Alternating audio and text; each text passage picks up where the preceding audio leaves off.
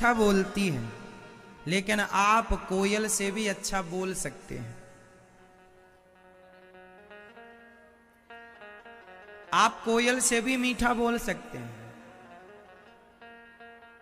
कोयल तो जगत जानता है कि अच्छा बोलती है, लेकिन लता जी अच्छा गाती हैं कि नहीं?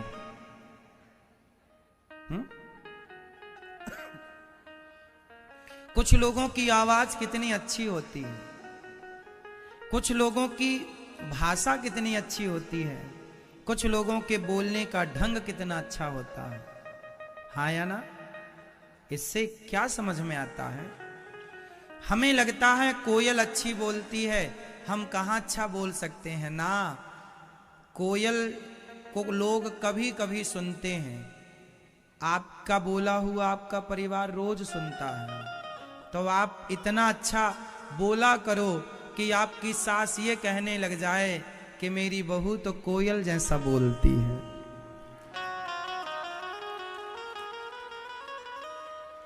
आप इतना अच्छा बोला करो कि आपके लिए लोग कहने लग जाएं कि फलानी फलानी या फलाने तो कोयल की तरह बोलते हैं। क्यों ना आप अपनी वाणी को कोयल की तरह मीठा बनाओ। विडंबना ही तो है ना। हमें कोयल की आवाज तो अच्छी लगती है, पर अपनों की आवाज से हम ऊब जाते हैं।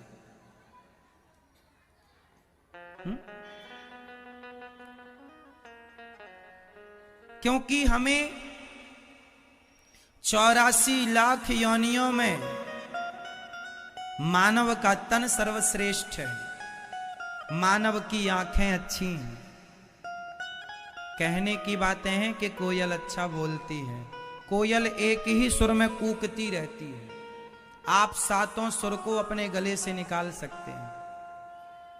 कोयल सातों सुरों को नहीं निकाल सकती, बताया आपको? कोयल सातों सुरों को अपने कंठ से नहीं निकाल सकती। कोयल एक ही सुर पर बोलती है। इसलिए हम आपसे कहेंगे कि आपको कोयल से ज्यादा अच्छा बोलना चाहिए, और ये संभव है। आप ये मत कहिएगा नहीं हम कैसे बोल सकते हैं। वशीकरण एक मंत्र है, तज दे वचन कठोर।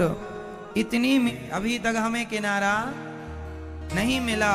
जब कभी भगवान कृपा करेंगे तो भगवान कृपा करके हमें वह किनारा दिखाएंगे। इसलिए कहो कि हे नाथ, भटक गया हूं, कृपा करो। ऐसी प्रार्थना भगवान से करनी चाहिए। भगवान जरूर कृपा करेंगे, जैसे ध्रुव जी पर कृपा की, जैसे पुरंजन पर कृपा की, और भगवान ने उन्हें स्वीकार कर लिया। नारद जी के ज्ञान से प्राचीन बरही को समझ में आया।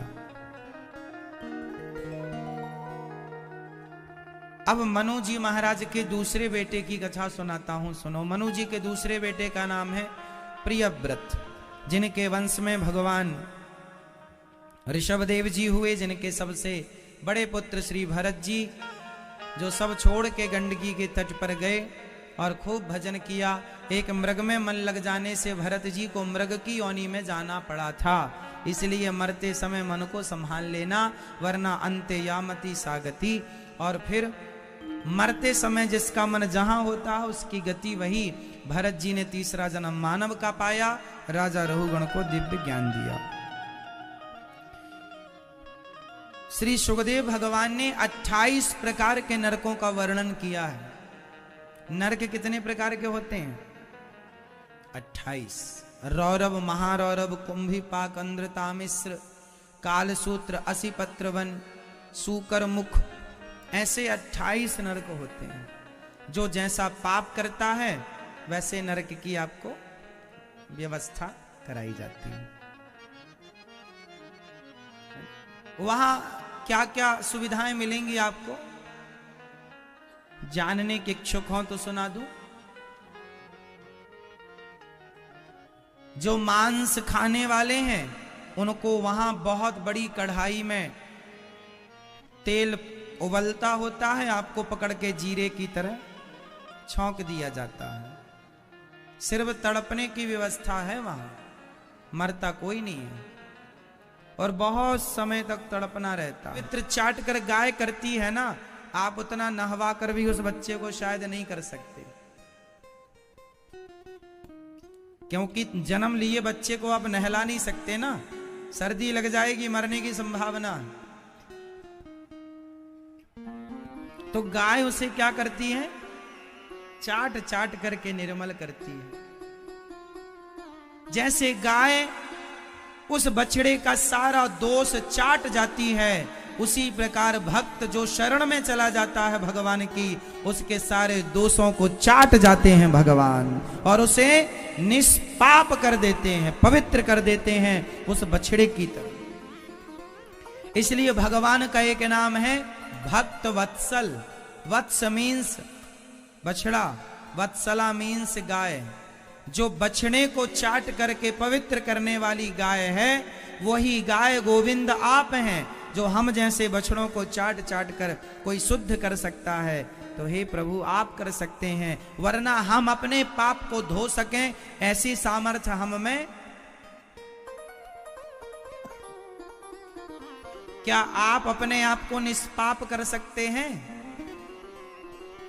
बोलो, क्या आप पाप से मुक्त हो सकते हैं अपने आप से? उत्तर दो फटाफट। क्या वो बछड़ा अपने आप को साफ कर सकता था गाय का? बोलो हाँ या ना। कर सकता? नहीं। जैसे वो गाय का बछड़ा अपने आप को शुद्ध नहीं कर सकता, उसे शुद्ध करेगी तो गाय, उसी तरह हम अपने आप को पाप से मुक्त नहीं कर सकते, करेंगे तो भगवान शरण में जाओ तो सही, उसके बनो। गाय का बछड़ा होगा तब चाटेगी, उसका नहीं होगा तो नहीं चाटेगी। तुम्हारे पापों को भगवान तब चाटेंगे जब तुम भगवान के हो जाओगे। होगे नहीं तो पाप के कारण ही तो जन्म और मृत्यु का चक्र होता है। यदि ये जन्म और मृत्यु का चक्र छुड़ाना चाहते हो तो जैसे बछड़ा गाय का हो गया तो चाट लिया, तुम भगवान के हो जाओ, तुम्हें भी चाट कर शुद्ध कर देंगे। वरना जन्म और मृत्यु में गोल गोल करोड़ों जन्म से घूम रहे हो, आगे ना जाने कितने करोड़ों जन्म और होंगे। अभी तो ये दास बता रहा है, अब अगले जन्मों में पता नहीं कौन बताएगा आपको। इसलिए बिगड़ी जन्म अनेक की, सुधरे अब ही आज, हों ही राम को नाम जप तुलसी तज को समाज। आज सुधर गए, आज मेरी बात मान लोगे, आज से ही यदि अपने आप को भगवान के चरणों में समर्पित कर दोगे तो कर दोगे। यदि मेरे समझाने से भी ना समझे तो फिर आपको कोई समझा नहीं सकता। अब भी समर्पित ना भय भगवान के चरणों में, अब भी ना बने भगवान के। आप किसके हैं? आप किसके हैं बताओ? मैया, ओ मेरी माँ, आप किसकी हो? बताओ आप किसकी हो? आप किसके हैं बताओ? अभी तो घर पे कह रही थी हम फलाने की पत्नी है, हम उसकी हैं, हम उसके हैं, हम उसकी हैं। मैया आप किसकी हो? अभी बनी हो कि पहले ही से थी? सदा के लिए बन जाओ। देखो आप लोग ना दो तरह का व्यवहार करना सीखो। लोग कहते हैं ना तुम दो तरह का व्यवहार करते हो, करना चाहिए। भगवान वाला व्यवहार अलग और संसार के लोगों वाला व्यवहार अलग। अंदर से ये फीलिंग रखो, अंदर से ये भाव रखो, प्रभु हम आपके हैं। और बाहर से पति को खुश करने के लिए कहते रहो हम आपसे बहुत प्यार करते हैं, पर अंदर चलता रहे प्रभु हम आपसे ही करते हैं, वो तेरे खुश करने के लिए करना पड़ेगा, व्यवहार करना ही पड़ेगा, क्या करें। भगवान से प्यार दिल से करो, ये सब झंझटों को दिमाग में रखो, है ना। भगवान हृदय में बैठे हैं आपके, संसार दिमाग में बैठे आपके। अब देखो भगवान क्या कहते हैं, सुंदर कांड की चौपाई मैं आपको सुनाता हूं। श्री रामचरितमानस में सुंदर कांड की एक चौपाई है। कोटि कोटि विप्र बध लागहि जाहू, आय शरण तजऊ नहीं ताहू। ये चौपाई का अर्थ है कोटि विप्र, 1 करोड़ ब्राह्मण को यदि कोई मार डाले। अब सोचो एक ब्राह्मण को मारने से कितनी बड़ी हत्या लगती है, ब्रह्म हत्या बोलते हैं। गाय को मारना, ब्राह्मण को मारना, छोटे बच्चों को मारना बहुत बड़ा अपराध होता है, बहुत बड़ा अपराध। भगवान कहते हैं करोड़ों ब्राह्मणों को मारने वाला भी पापी यदि मेरी शरण में आ जाए, कोटि विप्र बध लागहि जाहू, आए शरण तजऊ नहीं ताहू। यदि वह पापी भी आकर कह दे कि हे प्रभु अब मैं आपका हो गया हूं, मुझे स्वीकार कर लो, तो भगवान कहते हैं मैं इतने बड़े पापी के भी पाप को भूलकर उसे गले से लगाने को तैयार हूं। इतने दयालु हैं भगवान। तो आपका अपराध कितना बड़ा है, जरा हम लोग कोई ज्यादा बड़े बड़े पाप थोड़ी किए हैं, परंतु ये जरूर है करोड़ों ब्राह्मणों को तो हमने नहीं मारा, पर फिर भी पाप बहुत सारे हम लोगों ने जाने अनजाने में किए हैं। हे प्रभु सच्चे मन से कोई कह दे ना, सुग्रीव बनकर विभीषण बनकर सन्मुख हो ही जीव मोहि जबहि। निर्मल निर्मल मन जन सो मोहि पावा, मोहि कपट छल। भगवान कहते हैं हमें निर्मल मन से कोई कह दे कि मैं आपका हूं और वो मेरा हो जाए तो मैं उसे स्वीकार कर लूंगा, फिर मैं उसे कभी भूलूंगा नहीं। ऐसा स्वभाव किसका है बताओ जरा मैया, ऐसा स्वभाव किसका है? भगवान का। इसलिए यहां वहां समय ना गवाओ, यहां वहां के लोगों में मन ना लगाओ, मन भगवान में ही लगा लेना चाहिए। अजामिल एक बार भगवान के शरण में गए, सारे पाप से मुक्त हो गए। आपको भी मुक्त होना है तो गाय का बछड़ा बन जाओ। किसका बछड़ा बनेंगे? गाय का बछड़ा और गाय की बछिया दोनों को ही चाटती है गाय, चाहे बछड़ा हो चाहे गाय। ऐसा नहीं है कि बछड़े से ज्यादा, तुम जैसे बेटों से ज्यादा प्यार करती हो बेटियों से कम, गाय में ऐसा नहीं है। गाय बछड़े को भी उतनी चाटेगी, उतनी प्यार करेगी और बछड़ी को भी। गाय के अंदर बेटा बेटी वाला भेद नहीं है, आप लोगों में भी नहीं है पर कुछ लोगों में होता है ना।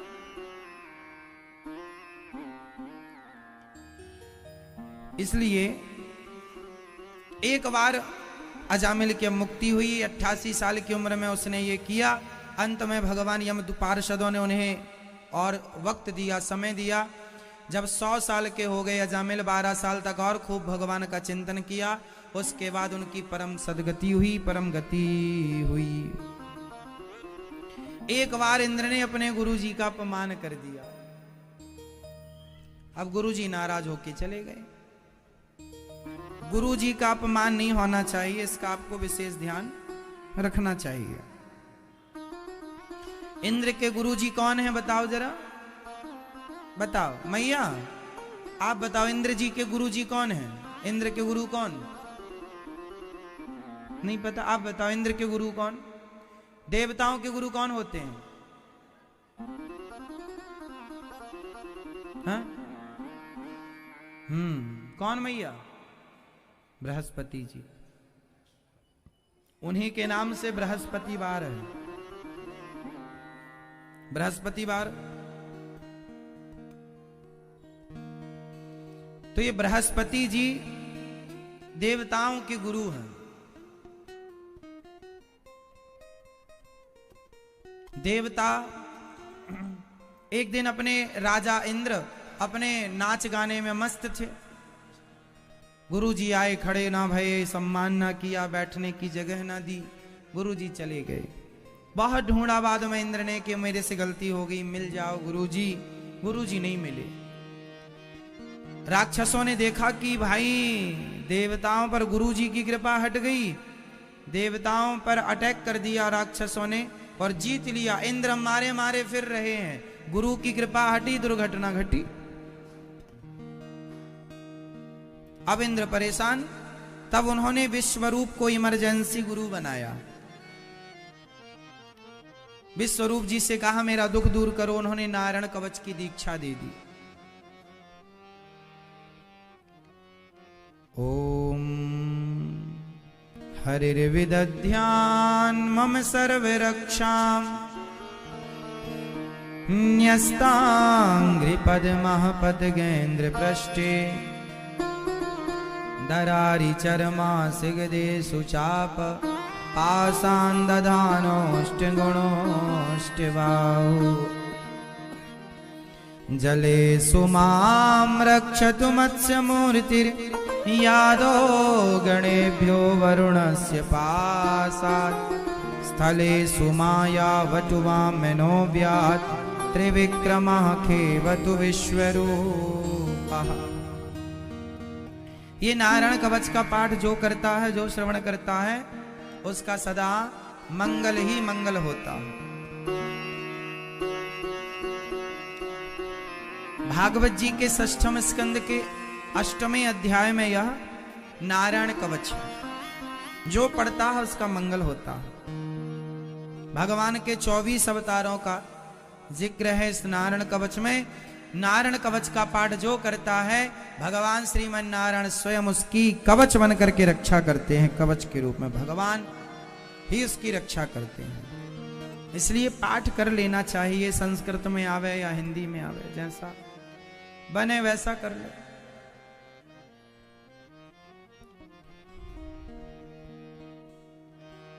एक बार इंद्र ने अपने गुरुजी से यज्ञ कराया। यज्ञ में गुरुजी राक्षसों को आहुति देने लग गए तो इंद्र नाराज हो गए। तब गुरुजी का सिर काट दिया। इंद्र को ब्रह्म हत्या लगी और इंद्र ने अपने गुरुजी की हत्या की, जिसके कारण उन्हें वृत्तासुर महर्षि त्वष्टा ऋषि ने वृत्तासुर को प्रकट किया और वृत्तासुर ने इंद्र से युद्ध किया। दधीचि ऋषि की हड्डियों का इंद्र ने वज्र बनाया और इंद्र के हाथों वृत्तासुर की मुक्ति तो हुई, पर उन्होंने मरते समय वृत्तासुर ने कहा अहम हरे तब पादैकमूल दासानुदासो भवितास्मि भूयः। अहम हरे तब पादैकमूल दासानुदासो भवितास्मि भूयः। हे प्रभु, मैं आपके दासों का चिंतन करता रहूं, बस ये वरदान दो, मैं आपको कभी भूलूं नहीं। उस वृत्तासुर ने कोई चाहत ना रखी। परीक्षित ने कहा वृत्तासुर ने आखिर ऐसी स्तुति क्यों की? वो तो राक्षस था। बोले इस जन्म का राक्षस था वृत्तासुर, पिछले जन्म का भक्त था। कौन था जरा समझो। एक चित्रकेतु नाम का एक राजा था। अब ध्यान पूर्वक सुनिएगा, अब समझ में आएगा, आपको सारी बात समझ में आएगी। ध्यान से सुनो। एक चित्रकेतु नाम का एक राजा था। उस राजा की बहुत सारी पत्नियां थी, पर दुर्भाग्य से संतान किसी के नहीं थी। एक दिन उनके यहां अंगिरा ऋषि आए। राजा ने कहा महाराज हमें पुत्र की कामना है, एक बेटा तो दो। संत जी ने फल दिया। कृपा करके राजा ने फल पत्नी कृतद्युति को खिलाया। समय आने पर वह गर्भवती हुई और उन्होंने समय आने पर एक सुंदर से पुत्र को जन्म दिया। बेटा बड़ा हुआ 5 साल का। राजा की एक रानी को बेटा हुआ, बाकी जो रानियां थीं उन्हें जलन होने लगी कि राजा तो हमें प्यार ही नहीं करते। तब उन रानियों ने जलन के कारण इस बच्चे को जहर दे करके मार डाला। उन सभी रानियों ने इस बच्चे को जहर दे दिया। 5 साल का बेटा मर गया जहर खा के।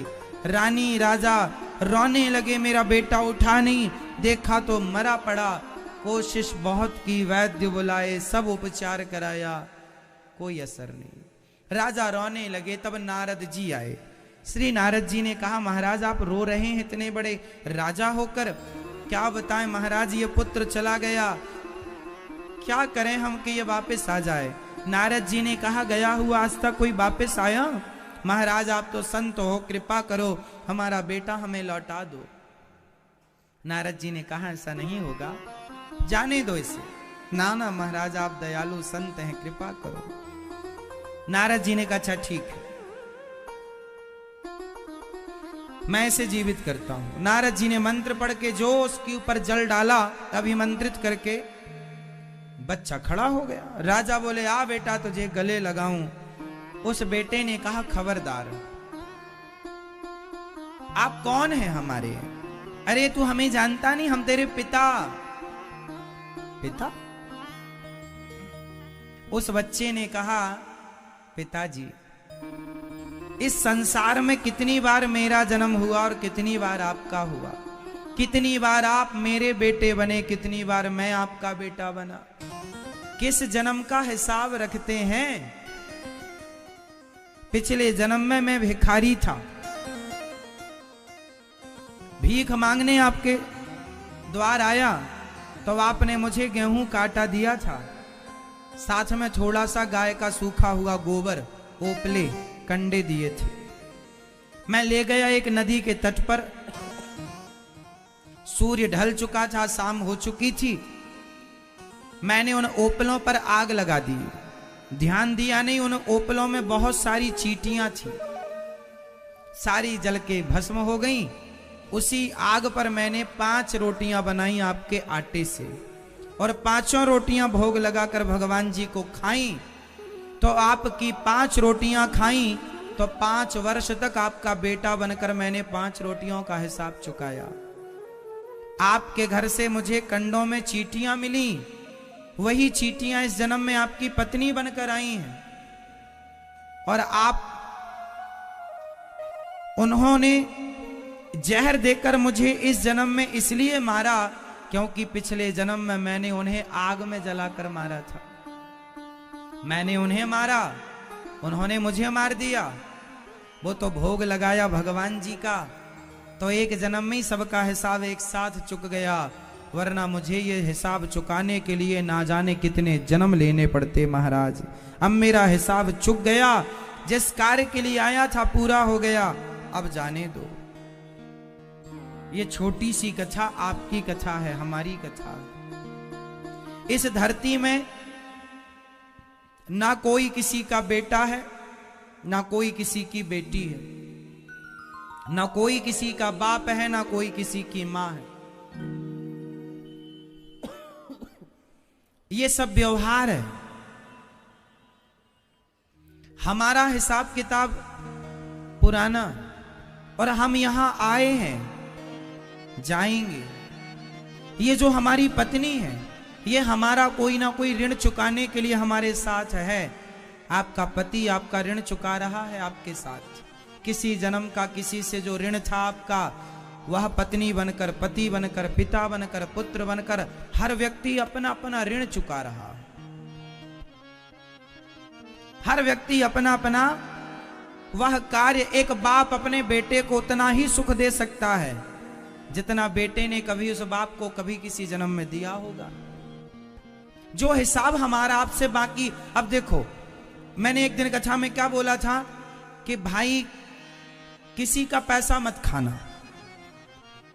आप 10 रुपए खा के मर गए किसी का, तो वो 10 रुपए चुकाने के लिए आना पड़ेगा, या कुत्ता बनकर आओ, या नौकर बनकर आओ, या उसकी पत्नी बनकर आओ। अब कितनी पत्नियां हैं, कितनी पत्नी ऐसी होती हैं, कुछ पत्नियां जो अपने पति को मारती रहती हैं, गालियां देती हैं, अपमान करती हैं। ये कौन है? तुम्हारी पत्नी ही तुम्हें गालियां क्यों देती है? तुम्हारी पत्नी ही तुम्हारा अपमान क्यों करती है? कभी सोचा है? क्योंकि तुमने कभी उसको अपमानित किसी जन्म में किया होगा, तो वह इस जन्म में अपने अपमान का सारा बदला इस जन्म में ले रही है। जरूरी नहीं है कि आपने आज हमारा अपमान किया तो आज ही हम आपका अपमान करेंगे, नहीं। अब इस अपमान के बदले के लिए बहुत सारे जन्म हो सकते हैं। इसलिए अपमान सम्मान सबसे बचना चाहिए। मन भगवान में लगाओ, वही सब उलझन है। एक मां थी, एक पत्नी थी, एक पति था। एक पति अपनी पत्नी को खूब मारता था, इस गाल में इस गाल में, और ले जाके उसका सिर दीवार से पटक देता। एक दिन तो खून बहाई आ गई। गुरुजी हमारे पति ने बहुत मारा है। तो गुरुजी ने कहा तेरे पति ने खाना पीना दिया कि नहीं? हाँ खाना पीना तो प्रॉपर देता है, जाओ घर। दूसरे दिन फिर पिटाई हुई, दूसरे दिन भागी आई, गुरुजी आज बहुत मारा, देखो यहाँ लाल लाल यार की, और आपको लेकर चले। 4 गजी 4 गजी मंगाया, चढ़ा काठ की घोड़ी रे भैया, चढ़ा काठ की घोड़ी। चारों कोने आग लगा दियो, चारों कोने आग लगा दियो, फूंक दियो जस होरी अपनो हो नैया रे। बिना राम रघुनंदन अपनो हो नैया रे। कोयलिया बोली रे अमरवा की डार अपनो हो नैया रे। बिना राम रघुनंदन अपनो हो नैया रे। और जब चले चिता तक पहुंचाया तो चिता जलने लगी। ये शरीर कैसे जलता है जरा सुनिएगा। हाड़ जले जस लाकड़ी, केस जले जस घास रे भैया, केस जले जस घासा। सोने जैसी काया जल गई, सोने जैसी काया जल गई। को नयायो पासा अपनो हो नैया रे। बिना राम रघुनंदन अपनो हो नैया रे। कोयलिया बोली रे अमरवा की डार अपनो हो नैया रे। बिना राम रघुनंदन अपनो हो नैया रे।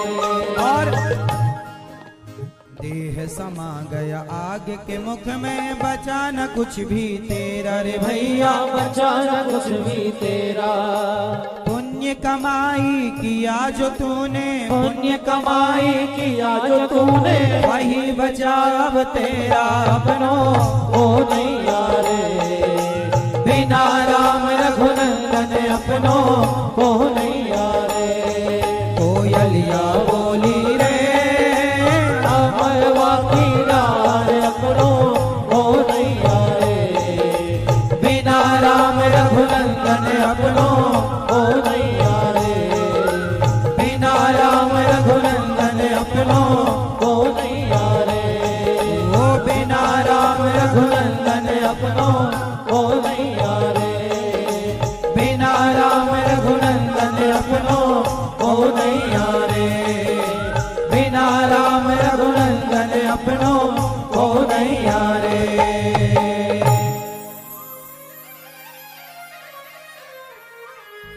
कोयलिया बोली रे अमवा की डाल अपनो को नैया रे। बिना राम रघुनंदन अपनो को नैया रे।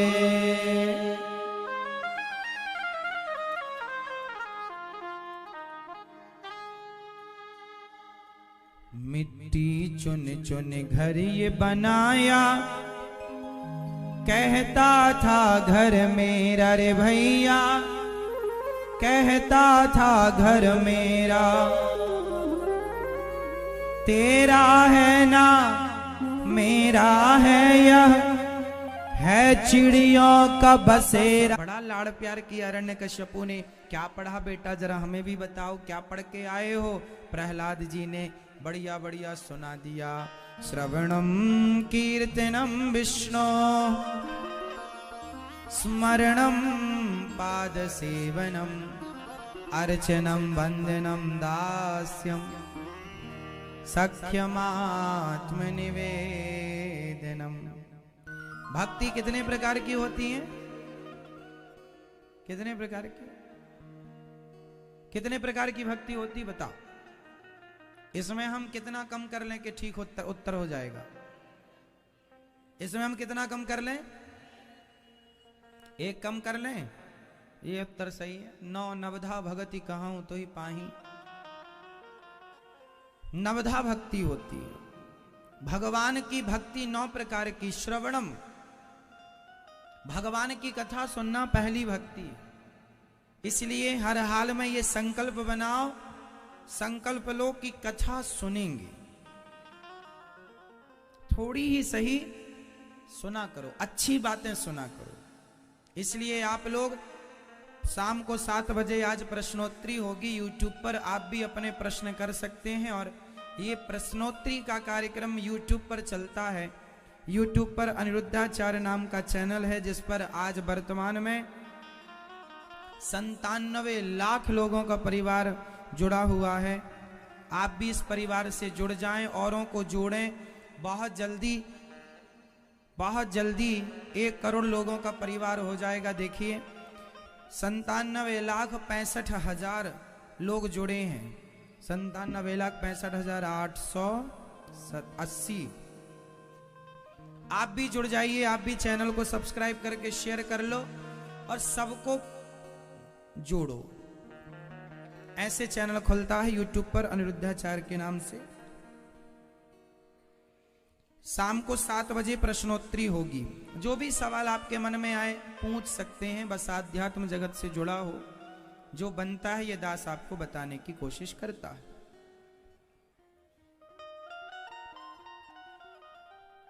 सेवा है आपकी, आपके सवाल जितने सुलझा सकूं उतना कोशिश करता हूं। सर्वज्ञ तो कोई नहीं है, सब कुछ तो कोई जान ही नहीं सकता, ज्ञान तो अथाह है। पर जितना सेवा हो जाए आपकी, ये दास कर लेता है। प्रिय भक्तों, प्रहलाद जी कह रहे हैं पहली भक्ति है कथा सुनना, श्रवणम। प्रथम भगति संतन कर संगा, दूसर रतिमम। कथाओं में बड़ा प्रेम हो। भगवान की कथाएं जब आप सुने तो ऐसा लगे कि वो कथा, वो लीला आपकी आंखों के सामने वो चल रही है, लीला चल रही है।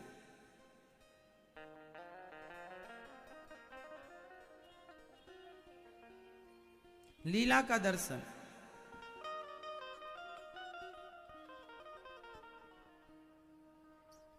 अद्भुत।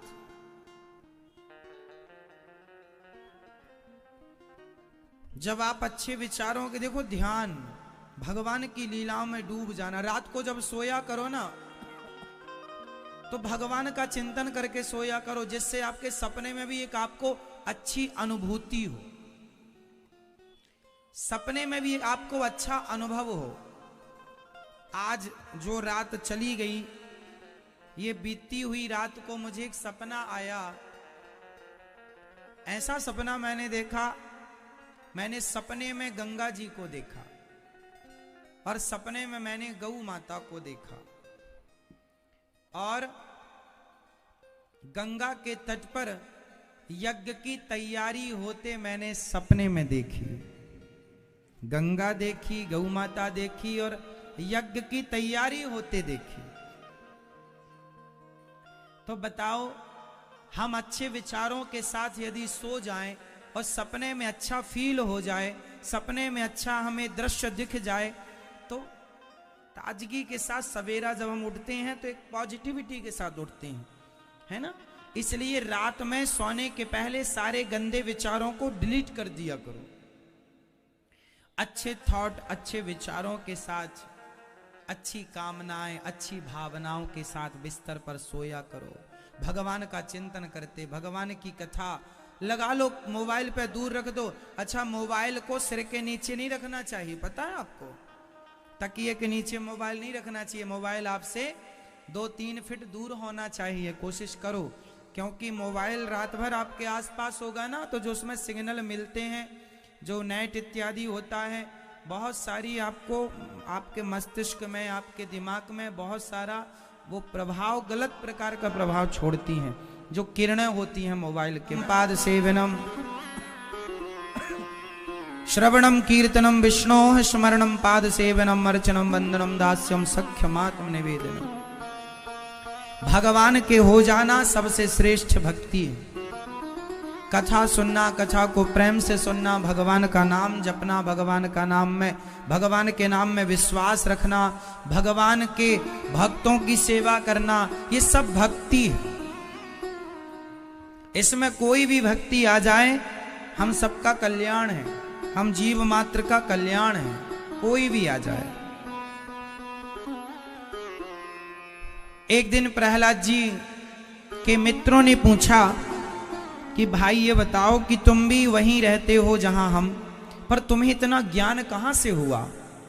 प्रहलाद जी ने कहा, भैया एक बार मेरे पिताजी तपस्या करने गए,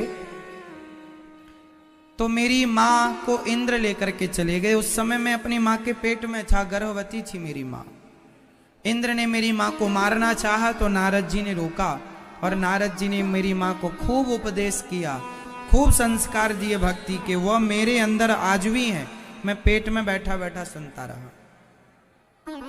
तो मेरे गुरुजी नारद जी हैं। आज प्रहलाद जी अपने मित्रों को कहते हैं कि देखो मित्रों, भगवान की भक्ति बताओ छोटी उम्र में करें कि बुढ़ापे में करें? बताओ, भगवान में मन कब लगाएं?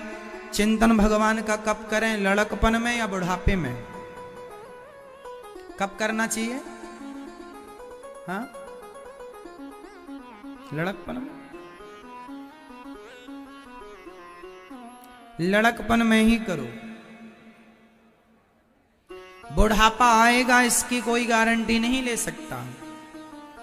इसलिए बच्चों को भक्ति के संस्कार, बच्चों को अच्छे संस्कार लड़कपन में दे दो तो बुढ़ापा डगमगाएगा नहीं। संस्कार नहीं दोगे तो बुढ़ापे में बच्चे भटक जाएंगे। आज शराब कौन बच्चे पीते हैं? जिनके माँ बाप ने सही वक्त पर संस्कार ना दे पाए। आज के माँ बाप गलती ये करते हैं, बच्चों के लिए बैंक बैलेंस तो रखते हैं, बच्चों को प्रॉपर्टी देने का तो सोचते हैं, पर संस्कार देने की नहीं सोचते। बच्चों की पढ़ाई पर इतना खर्चा करते हैं माता पिता, पर संस्कार के लिए बच्चों को वृंदावन भी नहीं लाते कि चलो 7 दिन वहां बैठ के कथा सुन लेना।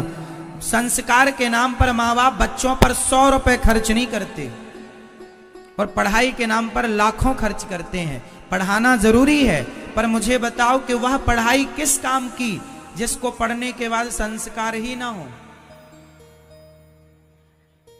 वह शिक्षा किस काम की जिस शिक्षा के साथ संस्कार ना हो?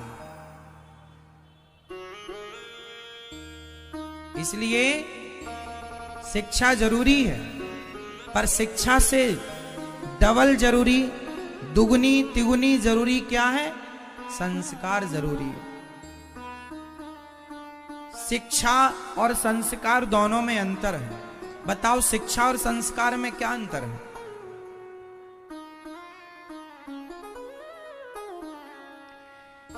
शिक्षा और संस्कार में यही अंतर है कि शिक्षा आपको अभिमानी बनाती है, जबकि संस्कार आपको सरल नम्र बनाते हैं। विद्या ददाति विनयम। संस्कार नहीं होगा तो आप अभिमान, और आज जितने भी पढ़े लिखे लोग हैं वो आपसे हमसे सीधे मुंह बात नहीं करते। उन्हें लगता हम पढ़े लिखे हैं, तुम जानते ही क्या हो। जरा पद मिल जाए सरकारी, बड़ा पद हो, सम्मान हो, तो वो बात नहीं करते साहब। शिक्षा है, संस्कार नहीं। गौरी गोपाल आश्रम में एक वृद्ध मां रहती हैं, जिनके 2 बेटे हैं और दोनों बेटे लेक्चरार हैं, प्रोफेसर हैं, कॉलेज संभालते हैं, ना जाने कितने बच्चों को पढ़ाते हैं। लेक्चरार हैं, प्रोफेसर हैं। अब पढ़े लिखे हैं तब तो लेक्चरार बने, तब तो प्रोफेसर बने। पढ़े लिखे बराबर हैं। 50,000 का तो घर में कुत्ता है, लेकिन उनकी मां गौरी गोपाल आश्रम में रहती हैं। क्या है उनके पास? शिक्षा तो है। शिक्षा है तब तो प्रोफेसर हैं। क्या नहीं है? बोल दो। शिक्षा है तो घर में कुत्तों की व्यवस्था तो है, पर मां की नहीं है। संस्कार होते तो कुत्ता भले इस गली में होता, पर मां तो घर में सुरक्षित होती। पर गली के कुत्ते घर में हैं और घर की मां वृद्धाश्रम में है। ये शिक्षा से ही होता है। संस्कारों से तो मां को भगवान माना जाता है। संस्कारों से मां को भगवान माना जाता है, और शिक्षा से कुत्तों को घर में रख के मां को वृद्धाश्रम छोड़ दिया जाता है। तो शिक्षा और संस्कार में अंतर तो है साहब। आजकल के शिक्षित बेटे, जिसमें देखो मैं कह रहा हूं कि शिक्षित और संस्कार, जो संस्कारी है वो आज भी अपने मां के पांव दबा रहा है, वो आज भी अपने मां बाप की सेवा कर रहा है। जो केवल शिक्षित है, संस्कारी नहीं है, वो अपने मां बाप को कुछ समझते ही नहीं है। वो कहता तुम तो मूर्ख हो, कुछ नहीं जानते हो। वो अपनी मां को मूर्ख सिद्ध कर रहा है, कुछ नहीं जानते तो, क्योंकि शिक्षित है ना। कोरी शिक्षा किसी काम की नहीं है साहब। इसलिए अपने बच्चों को शिक्षित करना, पर संस्कार कॉलेजों से नहीं मिलेगा, घर से मिलेगा। इसलिए बच्चों को लाया करो, कथाओं से जोड़ा करो, आस पास बिठाया करो बच्चों को। बेटा सुन कथा, थोड़े गीता पढ़ाओ, रामायण पढ़ाओ, अच्छी अच्छी बातें बच्चों को समझाओ, सिखाओ। जिंदगी में संस्कार काम आएंगे। धन की भी इतनी जरूरत नहीं पड़ती जितनी संस्कारों की पड़ती। धन से सुख सुविधाएं मिल जाएंगी, लेकिन आपस में जो खुशी का वातावरण होगा उसके लिए संस्कार चाहिए। बोलने चालने का ढंग भी संस्कारों से ही आएगा। इसलिए शिक्षा और संस्कार। प्रहलाद जी के संस्कार कह रहे हैं। प्रहलाद जी के बचपन कौमार आचरित प्राज्ञो धर्मान भागवतानिहा। भागवत धर्म भक्ति का रास्ता लड़कपन से पकड़ लो। बुढ़ापे में पकड़ पाओ ना पकड़ पाओ, अभी से मजबूती से पकड़ लो, अभी से अच्छे मार्ग पर चलो, बुढ़ापा अच्छा गुजरेगा। बुढ़ापे पे ही चलेंगे तो बुढ़ापे में ऐसी बुद्धि बनेगी, कब बनेगी, कब क्या रास्ता मिलेगा कौन जानता है। अच्छे काम अभी से। भजन करो मस्त जवानी में, बुढ़ापा किसने देखा, किसने देखा। प्रहलाद जी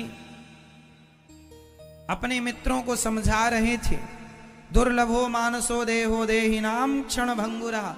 ये मानव का शरीर बड़ा दुर्लभ है मित्रों। इस शरीर से भगवान को पा लिया तो सफल है, वरना विफल, असफल। तभी हिरण्यकश्यपु आ गया। क्यों रे बच्चों को भड़का रहा है, भगवान की तरफ बोल रहा है जाने का। चल बता तेरा भगवान कहाँ है। प्रहलाद जी ने कहा पिताजी कहाँ नहीं है।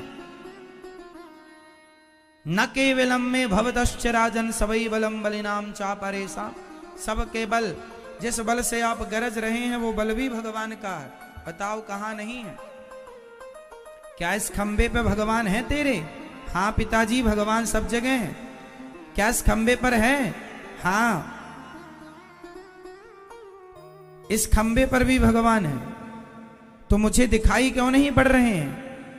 पिताजी ऐसे कैसे दिख जाएं भगवान? भगवान को देखने के लिए भक्ति की आंखें चाहिए। भक्ति की आंखें होंगी तो भगवान नजर आएंगे। यदि भक्ति की आंखें नहीं हुई तो भगवान नजर नहीं आएंगे। अब प्रहलाद जी की बातें सुन के हिरण्यकश्यपु आग बबूला हो गया। भक्ति की आंखों की मुझे बात करता? ये भक्ति की आंखें, आंखें कितने प्रकार की होती हैं? सामान्य आंखें तो ये हैं हमारी, जिनसे हम सब कुछ देख सकते हैं। एक विशेष आंख होती है। कौन सी? डॉक्टरों के पास होती है एक्सरे की आंख। एक्सरे मशीन होती है ना, वो अंदर से फोटो लेती है कि आपके कहां फ्रैक्चर है। आपकी आंख जो नहीं देख सकती ना, वो एक्सरे का जो कैमरा होता उसकी आंख देख लेती है, हाँ या ना? फिर एक आंख और होती है सैटेलाइट की आंख, वो भी देख सकती है जो हम नहीं देख सकते इन आंखों से, हाँ या ना?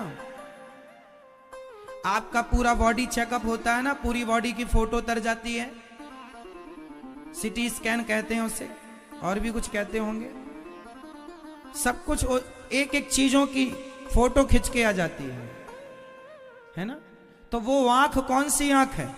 आपकी आंख से ज्यादा पावरफुल आंख है ना? एक एक अंग की फोटो लाकर रख देती है।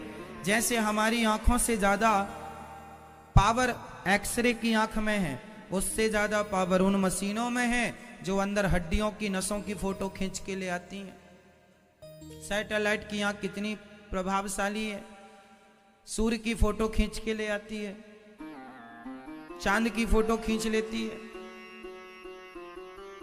हाँ या ना? तो सोचो, इन आंखों से आपको वो नजर नहीं आता जो आपके शरीर में है। आपकी हड्डियां हमें नजर नहीं आ रही हैं, कहां फ्रैक्चर है कहां नहीं हम नहीं बता सकते, पर एक्सरे मशीन बता सकती है। तो हमारी आंख, उसकी आंख में अंतर हुआ ना।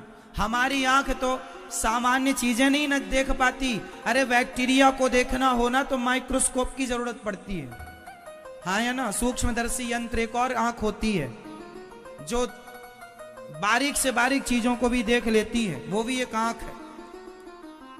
सोचो कि जब हमारी आंख बैक्टीरिया को नहीं देख पाती, उसको देखने के लिए माइक्रोस्कोप की जरूरत पड़ती है, तो भगवान को देखने के लिए किस आंख की जरूरत पड़ेगी पिताजी? उस परमात्मा को देखने के लिए वो भक्ति की आंखें चाहिए, वो भक्ति का सॉफ्टवेयर चाहिए। बिना भक्ति बिना प्रेम के सॉफ्टवेयर से उसे देखना संभव नहीं।